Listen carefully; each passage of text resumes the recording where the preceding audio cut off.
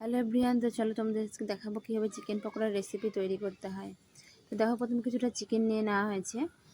এর মধ্যে ছোটো ছোটো করে চিকেনগুলো কেটে নেওয়া হয়েছে। এর মধ্যে প্রথমে দিয়ে দিলাম দই, মানে টক দই। তার মধ্যে দিয়ে দিচ্ছি দেখো লেবুর রস। এর মধ্যে আবার কিছুটা দিয়ে দিলাম ময়দা, দিয়ে এটাকে ভালো করে মেখে নিতে হবে। এই যে ময়দা দেওয়া হয়ে গেল, ময়দা দেওয়ার পর এর মধ্যে এবার দেব পেঁয়াজ বাটা, রসুন বাটা, আদা বাটা।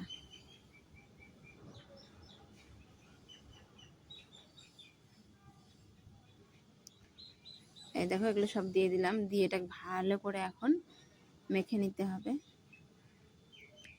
তার মধ্যে দিয়ে দিলাম দেখো কিছুটা গোলমরিচের গুঁড়ো। চিকেন পকোড়ার জন্য চিকেনগুলো কিন্তু বেশ ছোটো ছোটো করে কাটতে হয়, মানে ওইভাবে দোকানে বলে আমার বড়মশাই এনেছে যে চিকেনগুলো না ছোটো ছোটো করে কেটে দেয়। তারপরে দেখো আদা রসুন বাটা দেওয়ার পর ওর মধ্যে আবার দিয়ে দিলাম কিছুটা হলুদ, তারপর দিয়ে দিলাম লবণ। এই দেখো, তারপরে দিয়ে দেওয়া হলো কাশ্মীরি লঙ্কার গুঁড়ো।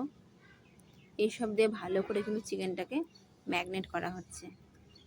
তারপরে দেখো আরও কী কী দিলাম, ব্ল্যাক সস, তারপরে দেবো গ্রিন চিলি সস, আর দেব রেড চিলি সস।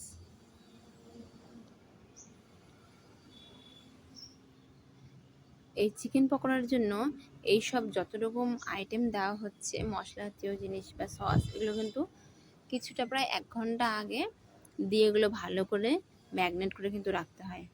মানে ভালো করে ম্যাগনেট করা প্রায় 1 ঘন্টা পর পকোড়াটা ভাজলে খেতে দারুণ টেস্ট হয়। তো দেখো, তারপরে সস দেওয়ার পর কিন্তু একটা ডিম ফাটিয়ে দেওয়া হলো। তারপরে যে কর্নফ্লাওয়ার দিয়ে এবার কিন্তু আমার ম্যাগনেট করা হয়ে গেল। এটাকে আমি ভালো করে রেখে দেবো।